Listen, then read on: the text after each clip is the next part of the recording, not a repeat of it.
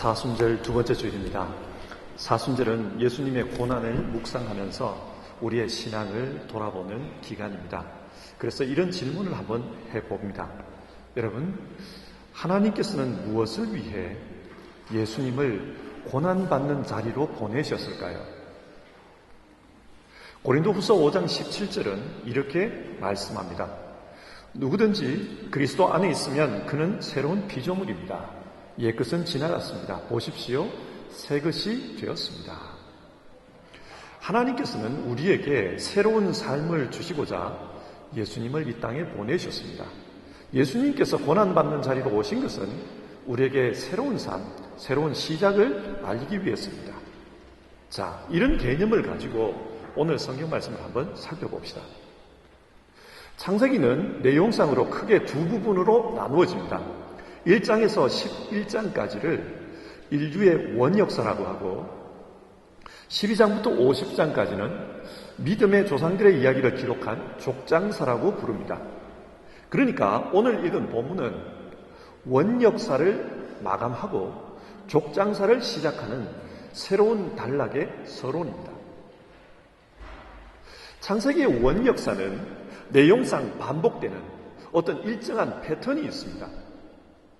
그것은 인간의 범죄, 하나님의 심판, 그리고 하나님의 은혜에 대한 증언입니다. 예를 들어 보면요, 아담과 하와가 선악과를 따먹었습니다. 범죄한 겁니다. 그러자 하나님이 아담과 하와 그리고 뱀에게 심판을 선언합니다. 그런데 하나님은 그 범죄한 인간에게 가죽옷을 지어서 입힙니다. 하나님께서 은혜를 베푸셨다. 그 말씀입니다. 두 번째로 한번 보죠. 가인과 아벨의 이야기에서도 똑같은 패턴이 반복이 됩니다. 가인이 아벨을 죽였습니다. 범죄입니다. 그러자 하나님이 가인에게 땅이 혈육을 내지 않고 또 땅에서 너는 유리하며 살 것이다. 그렇게 벌을 내립니다. 심판입니다. 그러나 하나님은 그 가인을 불쌍히 여깁니다. 그래서 가인의 생명이 해침을 당하지 않도록 생명을 보호받을 수 있는 징표를 주십니다. 하나님의 은혜입니다. 그리고 노아 홍수 이야기.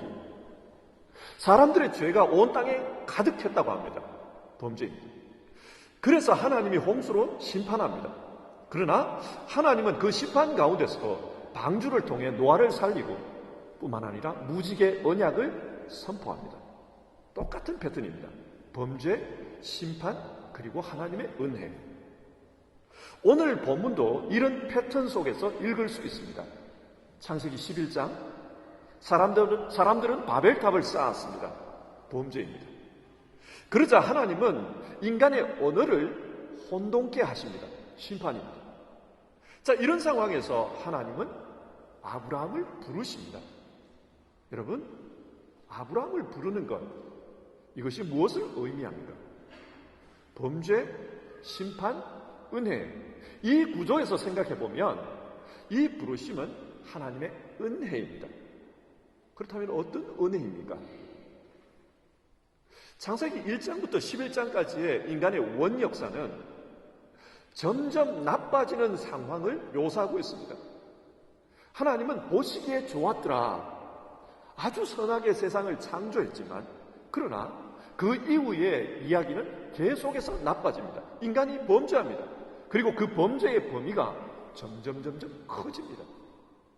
하나님은 이런 세상을 가만히 두지 않았습니다.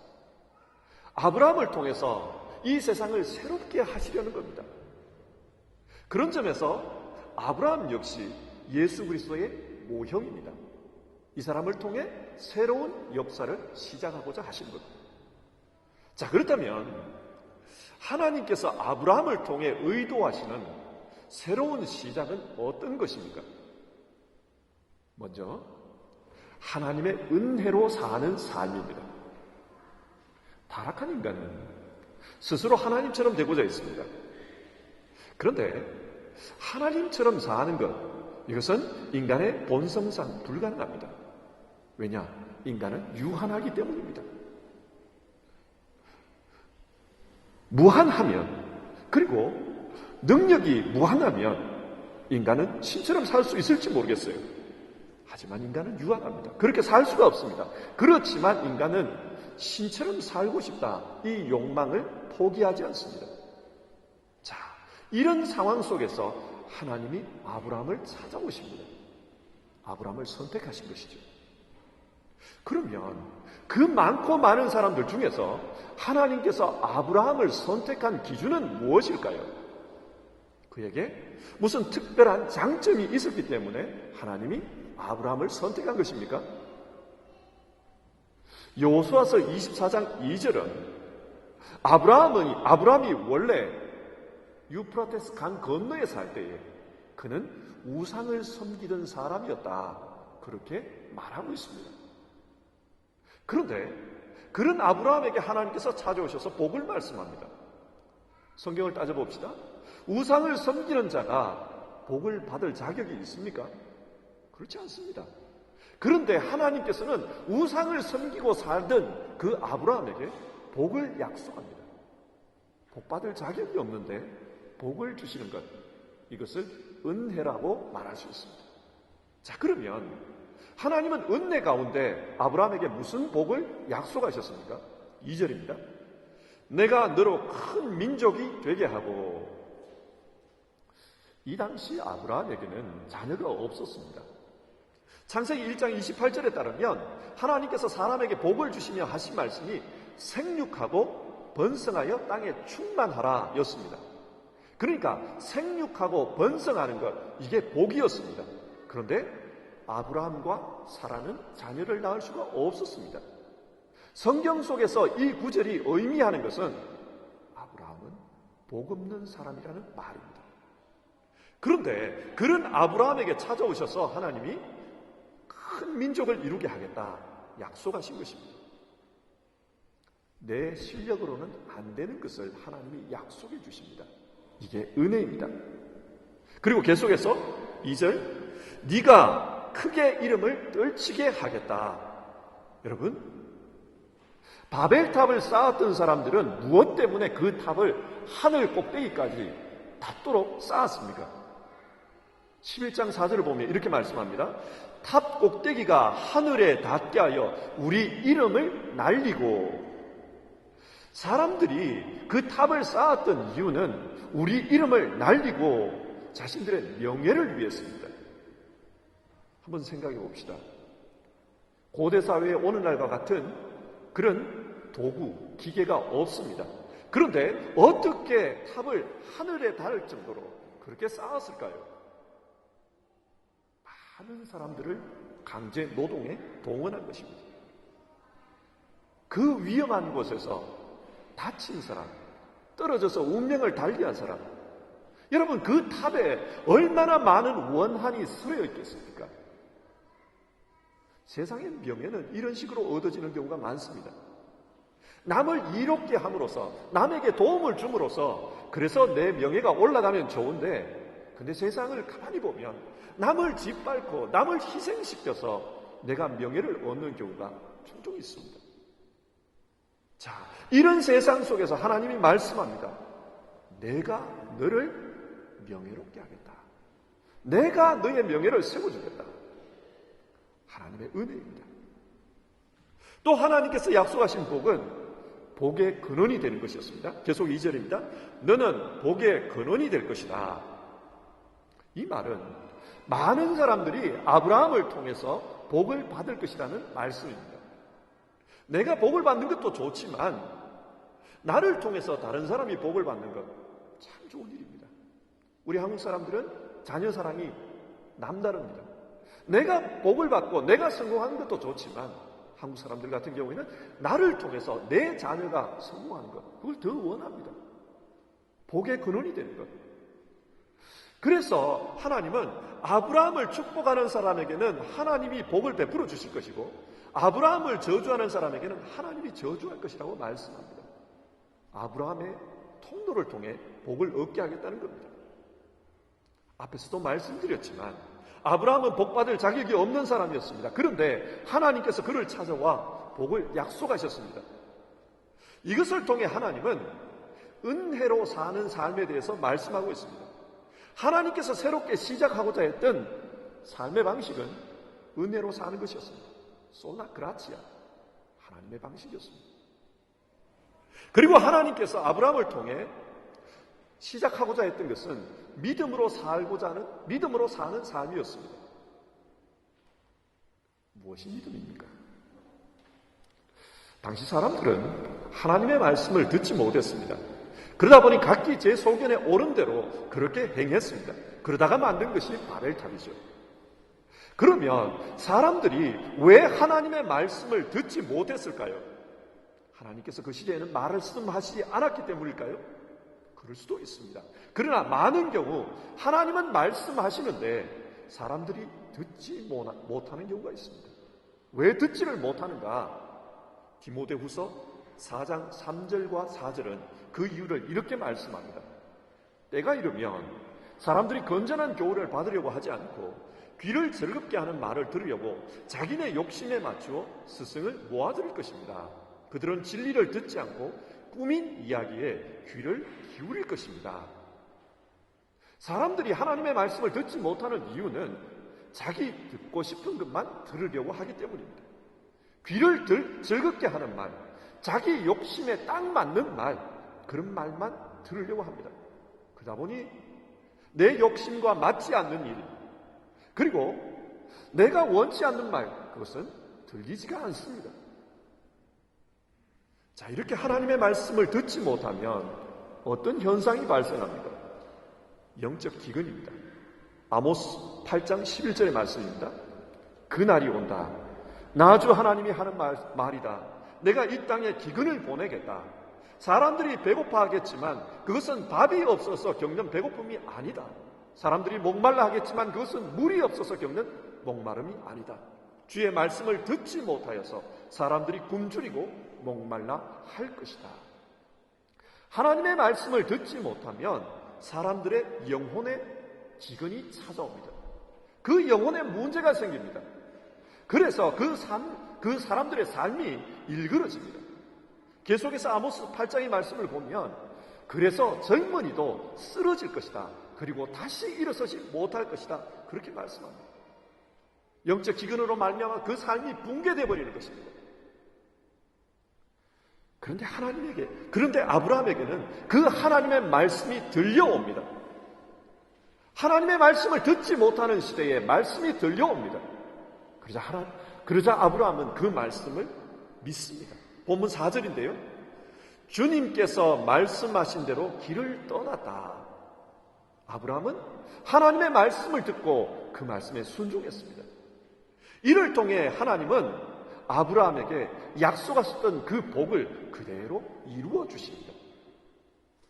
하나님께서 이스라엘 백성을 광야 40년 동안 훈련하셨던 종목은 사람이 떡으로만 사는 것이 아니라 하나님의 입에서 나오는 말씀으로 사는 것이다. 그것이었습니다. 하나님의 말씀을 믿고 살면 그 믿음대로 된다는 것을 가르친 겁니다. 하나님께서 아브라함을 통해 새롭게 시작하시고자 하는 것이 바로 이것이었습니다. 하나님의 말씀을 믿는 믿음으로 사는 것, 솔라피데, 그 삶을 시작하고자 하셨습니다. 신약 성경은 이 말씀이 예수님이라고 증언합니다. 어쩌면 여기 계시는 분 중에 그렇게 생각하는 분이 계실지 모르겠어요. 나도 하나님의 말씀이 안 들리는데요. 꿈을 꾸고 싶어도 안 꾸어져요. 그런 분이 계실지 모르겠어요. 그런데 그 말씀이 무엇인지를 분명하게 말씀합니다. 요한복음 1장 14절, 그 말씀은 육신이 되어 우리 가운데 사셨다. 그리고 6장 68절, 영생의 말씀이 주께 있사오니 우리가 누구에게로 가오리까? 하나님의 말씀은 예수님입니다. 그래서 예수님을 믿고 예수님의 말씀을 따라 사는 것, 그것이 믿음의 삶입니다. 하나님께서 계획하셨던 새로운 삶의 길은 바로 이것이었습니다. 믿음의 삶. 자, 그러면 이 새로운 삶을 위해 하나님께서 아브라함에게 요구한 것이 있습니다. 그게 무엇입니까? 먼저는 떠나라 였습니다. 1절입니다. 너는 네가 살고 있는 땅과 네가 난 곳과 너의 아버지의 집을 떠나서 내가 보여주는 땅으로 가거라. 당시에 고향 땅, 친척, 아버지를 떠난다는 것은 굉장히 큰 위험 부담을 감수하는 것이었습니다. 예를 들어 봅시다. 아브라함이 가나안 땅에 있다가 이집트로 내려갑니다. 그때 아브라함이 걱정했던 게 뭐였습니까? 내가 이집트로 내려가면 이집트 사람들이 내 아내를 보고 이 아내를 탐하기 위해서 혹시 나를 죽이려고 하지 않을까? 그 걱정을 합니다. 우리는 이 말씀 속에서 당시의 상황을 엿볼 수 있습니다. 지금이야 이민자라도 법이 또 경찰이 사람을 지켜주지만 이 당시에는 그런 것이 없습니다. 가까운 친족들끼리, 가까운 동료들끼리 서로 보호해주고 지켜주지 않으면 낯선 곳에서는 생명마저 위협당할 수 있는 그런 상황이었다는 말입니다. 그런데 하나님께서 이런 상황에서 친척, 아비 집을 떠나라고 합니다. 왜 떠나라고 합니까? 아버지의 집에 있으면 하나님을 믿을 수 없기 때문입니다. 앞에서도 말씀드렸지만 아브라함의 가정은 달의 신 난나를 섬기는 그런 가정이었습니다. 당시 가부장적 사회에서 아들이 아버지와 다른 신을 섬기는 것은 불가능합니다.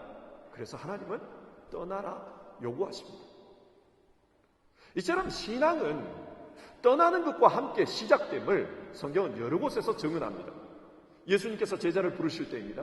마태복음 4장 19절 나를 따라오너라 나는 너희를 사람을 낚는 어부로 삼겠다. 그때 제자 베드로와 안드레가 따라옵니다. 어떻게 따라옵니까? 그물을 버리고 따라옵니다. 야고보와 요한도 따라옵니다. 어떻게 따라옵니까? 배와 자기 아버지를 버려두고 따랐다고 합니다. 버리고 따릅니다. 신앙은 버리는 것과 함께 출발합니다. 이것은 오늘 우리에게도 마찬가지입니다. 하나님을 믿기 위해서는 내가 버려야 할 것이 있습니다. 그것이 무엇입니까? 에베소서 4장 22절에서 24절은 구체적으로 그것이 무엇인지를 말씀합니다. 여러분은 지난날의 생활 방식대로 허망한 욕정을 따라 살다가 썩어 없어질 그 옛사람을 벗어버리고 마음의 영을 새롭게 하여 하나님의 형상을 따라 참 의로움과 참 거룩함으로 지으심을 받은 새 사람을 입으십시오. 하나님을 믿기 위해서는 옛 삶의 방식, 옛날에 추구하던 삶의 목적, 나를 얽어매고 있는 세상적인 가치관, 세상적인 철학, 세상적인 것들을 버려두고 그렇게 따르라고 합니다. 이 모든 것을 버릴 때, 떠날 때, 그때 새로운 삶은 시작할 수가 있습니다. 근데 여러분, 아브라함은 이렇게 떠났어요. 이렇게 떠나면, 하나님의 말씀을 믿고 떠나면 모든 것이 순탄할까요? 그렇지 않습니다. 아브라함은 하나님의 말씀대로 떠났지만 당장에 부닥친 문제가 어디로 가야 할지 갈 바를 알지 못했습니다. 아마도 이 방향으로 저 방향으로 방황했을지도 모릅니다. 그러다가 마침내 가나안 땅에 이르렀습니다. 그리고 그 땅에 이르렀을 때 하나님께서 이 땅을 네 자손에게 주겠다 말씀합니다. 그런데 문제는 그 땅에 이미 가나안 사람들이 살고 있었습니다. 본문 6절입니다. 그때의 그 땅에는 가나안 사람들이 살고 있었다. 무슨 말입니까? 하나님의 말씀대로 따라갔지만 그 말씀이 당장 성취되지 않았다는 것입니다. 그 가나안 사람들이 사라질 때까지 그 땅은 아브라함의 땅이 될 수가 없었습니다. 우리가 하나님의 말씀대로 살아가도 따라가도 믿음으로 살아도 겪어야 할 어려움은 언제나 있다는 것입니다. 그럼 우리가 이런 질문을 해봐야 돼요. 하나님은 왜 믿는 자에게 어려움을 주실까요? 하나님을 믿으면 모든 것이 형통하면 좋을 텐데 왜 하나님은 그렇게 하시지 않을까요? 그 이유는 형통한 삶은 우리의 마음을 느슨하게 하기 때문입니다. 하나님께서 형통하게 할 삶을 열어줄 때 하나님을 떠나는 경우가 많이 있습니다. 하나님은 이걸 아십니다. 그래서 우리 삶의 곳곳에 이런 가난한 사람들이 있습니다. 극복해야 되고 기다려야 되는 어려움들이 있습니다. 자, 그러면 이런 어려움을 만났을 때는 어떻게 해야 합니까? 7절입니다. 아브라함은 거기에서 자기에게 나타나신 주님께 제단을 쌓아서 바쳤다. 여기서 제단을 쌓아서 바쳤다는 말은 예배를 드렸다는 뜻입니다. 어려움을 만났을 때 아브라함은 하나님 앞에서 예배하며 나아갔습니다. 무슨 말입니까? 자기에게 있는 그 어려움을 하나님께 호소했다는 뜻입니다. 하나님, 내가 어디로 가야 할지 막연합니다. 어떻게 해야 됩니까? 하나님께 질문했다는 뜻입니다. 우리도 신앙하면서 당황스러울 때가 있습니다. 믿음으로 살려고 했고 하나님의 뜻대로 선택했는데 돌아온 결과물은 당황스러울 때가 있습니다. 그때는 어떻게 해야 될지 너무나도 혼란스러워요. 오늘 성경 말합니다. 그때에 부르짖어야 한다. 그때에 부르짖으라고 합니다. 제단을 쌓으라고 합니다. 8절 말씀을 보면요, 아브라함은 옮겨가는 곳마다 제단을 쌓았다고 합니다. 그랬을 거예요. 처음 간 가나안 땅, 그곳에서 겪는, 낯섦에서 겪는 어려움들이 많았을 것입니다. 그래서 가는 곳마다 그는 하나님께 부르짖었습니다. 어려움이 많았습니다. 그래서 부르짖었습니다. 이것은 우리가 살아가야 할 신앙의 모습입니다. 자, 오늘 말씀을 한번 정리해 보겠습니다. 하나님은 이 아브라함을 통해서 새로운 역사를 시작하십니다. 범죄와 심판, 그리고 은혜가 반복되는 그런 인간의 원 역사를 끝내고 아브라함을 통해서 하나님의 은혜로 사는 역사, 믿음으로 사는 역사, 그 역사를 시작하려고 하십니다. 그래서 아브라함에게 말씀합니다. 네가 복의 근원이 될 것이다. 그 은혜의 삶, 그 믿음의 삶이, 너의 삶이 복의 근원이 될 것이다. 하나님은 복의 근원이 될 이 아브라함에게 요구합니다. 옛삶을 떠나라. 그리고 어려움을 만날 때, 믿음으로 살다가 어려움을 만날 때 제단을 쌓고 부르짖어라. 우리에게 그것을 요구하십니다. 자, 이 말씀을 오늘 우리의 삶에서 한번 적용해 봅시다. 지금 전 세계는 코로나 바이러스로 심각한 어려움을 겪고 있습니다. 이런 어려움을 겪을 때마다 사람들은 질문합니다. 하나님께서 왜 이런 어려움을 주실까요? 코로나 바이러스가 중국에서 처음 발생했을 때 한국에서 어떤 분들이 이런 말을 했어요. 중국 공산당이 중국의 지하교회를 박해했기 때문에 하나님께서 그들에게 벌을 내리셨다. 코로나 바이러스는 하나님의 징벌이다. 그렇게 말을 했습니다. 근데 시간이 지나면서 상황이 달라졌어요. 보십시오. 지금 전 세계에서 코로나 바이러스로 가장 큰 어려움을 겪는 나라 중에 하나가 우리 한국입니다. 한국은 얼마나 하나님을 열심히 믿는 나라입니까? 그런데 왜 그런 한국에서 이런 질병이 창궐할까요? 또 이탈리아는 어떻습니까? 이탈리아는 카톨릭의 중심지입니다. 스스로 자부합니다. 우리는 세계 교회를 지탱하는 나라다. 자부합니다. 그런데 그런 나라에서 왜 이런 질병이 창궐했을까요? 뿐만 아니라 하나님을 믿는 믿음의 역사가 짙은 이런 서구 유럽에서 바이러스가 퍼져가고 있습니다. 왜 이런 일이 벌어질까요? 단순하게 설명할 수 없는 부분입니다. 이게 무엇을 뜻합니까? 솔직히 우리는 하나님의 뜻을 잘 알지 못합니다. 이 어려움이 하나님 때문에 온 것인지 아니면 다른 것 때문인지 우리는 알지 못합니다. 하나님께서 왜 이런 어려움을 허용하시는지 또 앞으로 어떻게 인도하실는지 우리는 알지 못합니다. 그러나 분명한 것은 이런 상황 속에서도 하나님은 인도하고 계신다는 사실입니다. 우리의 눈에는 보이지 않지만 하나님께서는 지시할 땅을 말씀하고 계십니다. 너는 그곳으로 가야 한다. 우리 눈에는 보이지 않지만 갈 바를 알지 못하지만 하나님은 지시하고 있다는 사실입니다. 우리는 불투명한 이런 현실 속에서 이 사태가 어떻게 열려질지 알지 못하는 상황에서 계속해서 그 땅을 향해서 가야 합니다. 하나님의 인도하심을 믿으면서 앞으로 가야 합니다. 교회를 한번 생각해 봅시다. 아마 장기간 이 코로나 사태가 지속이 되면은 세계의 모든 교회들은 굉장히 힘들어질 것입니다. 예배도 모이지 못하고 어떤 모임도 가지지 못하고 그러면은 여러 면에서 교회의 영향력과 교회의 힘은 적어질 것입니다.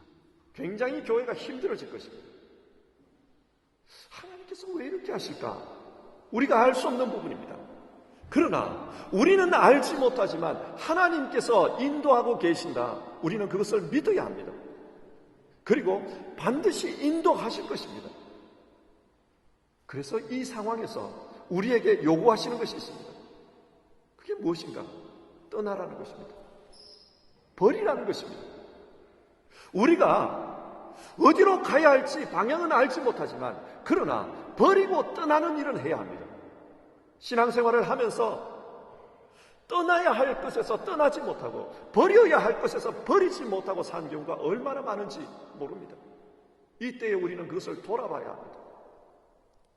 어떤 책에서 읽은 이야기입니다.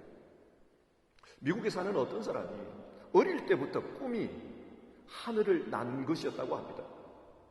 그래서 그는 공군에 입대해서 비행사가 되려고 했지만은 결국 여러 문제로 비행사가 되지를 못했습니다. 그러던 어느 날 하늘을 날아가는 기구를 보면서 생각했습니다. 큰 풍선, 지름이 1m가 넘는 그런 큰 풍선을 수십 개 매달면 날아갈 수도 있지 않을까? 그런 생각을 했습니다. 그래서 그런 큰 풍선 수십 개를 사와서 거기에 헬륨 공기를 불어 넣었습니다. 그리고 그것을 묶어가지고 의자도 하나 연결했다고 해요. 근데 혹시 이게 공중에 떠서 나중에 땅에 내려오지 못하면 어쩌지? 그런 생각을 하면서 총도 한 자루 준비했다는 거예요. 안 되면 빵! 풍선을 터뜨리기 위해서. 자, 준비를 했습니다. 그리고 헬륨을 넣어가지고 묶어놨던 끈을 풀어버리자 순식간에 풍선이 수천 미터 상공으로 올라가 버렸습니다. 이 사람은 죽음의 위기에 처한 겁니다. 그 풍선에 매달려서 어찌할 바를 모르는 거예요. 자기가 할 수 있는 것은 아무것도 없었습니다. 그런데 다행히 어떤 비행기가 지나가다가 그걸 목격을 한 거예요. 그래서 관제탑에다가 신고를 한 겁니다. 저 하늘에 풍선에 매달린 의자에 앉아가지고 총 들고 있는 사람이 있습니다. 그런 신고를 한 거예요. 그래서 해군에서 헬리콥터를 보내가지고 그 사람을 구조했다는 겁니다. 이 사람이 한동안 그 공중에 떠 있는 상황에서 자기 반성을 했대요. 내가 얼마나 평생 헛된 꿈을 쫓아서 살아왔나. 그걸 반성했다는 거예요. 그렇습니다, 여러분. 사람은 삶과 죽음의 갈림길에 서면은 내 인생에서 진짜 중요한 것과 중요하지 않은 것이 분별이 됩니다. 어쩌면 이런 위기 앞에서, 질병의 공포 앞에서 우리는 그것을 분별해야 될지 모르겠습니다. 내가 지금까지 붙들고 살아왔던 게 뭐냐? 내가 버리지 못하고 꿈꾸고 살아왔던 게 뭐냐? 그것이 진짜 중요한 거냐? 아니면 헛된 것이었나? 우리는 분별해야 합니다. 사실 하나님을 믿으면서도 오늘 말씀에 나오는 것처럼 본토, 친척, 아비 집을 떠나지 못하고 사는 경우가 얼마나 많은지 모릅니다. 그래서 이 세상의 명예와 권력과 탐욕과 쾌락과 그것을 버리지 못하고 그게 꿈이 되어서 그걸 성취하기 위해서 고민하는 경우가 얼마나 많은지 모릅니다. 주님을 믿으면서도 말입니다. 교회 역시 마찬가지입니다. 어떻게 하면 예수님을 믿는 사람이 될까? 어떻게 하면 주님의 길을 따라갈까? 우리의 고민이 거기에 있지 않고 헛된 것을 붙잡고 그것을 성취하기 위해서 풍선을 불고 있는지도 모르겠습니다. 위기 앞에 섰을 때 우리는 내가 버려야 할 것이 무엇인지를 분별해야 합니다. 내가 붙잡고 있는 것 중에서 내가 포기해야 될 것이 있지는 않은지 우리는 분별해야 합니다. 떠나라. 주님은 우리에게 그걸 말씀합니다. 그리고 또 주님께서 우리에게 말씀하는 것은 진짜 예배를 드리라는 것입니다. 문제를 안고 있거든 그 문제를 가지고 하나님 앞에서 부르짖으라고 합니다. 어쩌면 코로나 바이러스 상황이 계속 악화되면 앞으로 이 주일 예배도 드리지 못할 수 있습니다.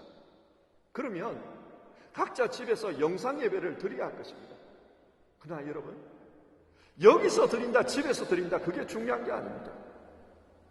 우리는 예배의 분위기와 예배의 환경에 길들여져 있는지 모릅니다. 그래서 내 혼자 하나님 앞에서 엎드리면 예배가 되지 않고, 여러 사람이 있는 곳에서 그 자리에 앉아 있으면 예배가 되는 그런 환경에 길들여져 있는지 모르겠습니다. 근데 주님께서 말씀합니다. 문제가 있는 그곳에서 제단을 쌓고 부르짖으라. 그런 예배가 회복되어야 된다는 것입니다. 하나님께서 우리에게 장애물을 주시는 것은 그 장애물을 두고 하나님 앞에 부르짖으면서 예배하라는 것입니다. 그리고 그 속에서 하나님의 해결하심과 하나님의 인도하심을 받으라는 겁니다. 여러분, 이 위기의 때가 우리의 예배를 회복하는 때가 되었으면 좋겠습니다.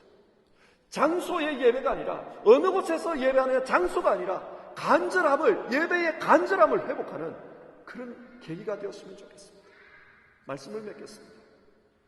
하나님께서는 어쩌면 이 과정을 통해 우리 시대의 신앙과 우리 시대의 예배를 새롭게 시작할지 모르겠습니다. 하나님은 분명히 우리가 가야 할 방향을 가지고 계십니다. 비록 우리 눈에는 어느 곳으로 가야 할지 갈 바를 알지 못하고 불투명한 상황이지만, 하나님을 믿고 따라갈 때, 오직 은혜로, 하나님의 그 은혜로 살고자 할 때, 하나님이 주시는 그 말씀으로 살고자 할 때, 어쩌면 여기가 새로운 시작의 출발점이 될 수 있습니다. 아브라함이 그 원역사의 시대를 끝내고 믿음의 역사를, 은혜의 역사를 시작할 수 있었던 것처럼 우리 시대, 우리를 통해서도 그런 새로운 삶을 하나님은 기대하실지 모르겠습니다. 사랑하는 성도 여러분, 우리를 새롭게 하실 그 하나님을 우리가 믿으면서 찬송했으면 좋겠습니다. 하나님이여, 우리가 이런 시대를 살고 있습니다. 우리를 회복해 주시옵소서. 우리의 믿음이 더, 우리의 예배가 회복될 수 있게 도와주시옵소서. 우리 같이 기도하는 마음으로 찬양하겠습니다.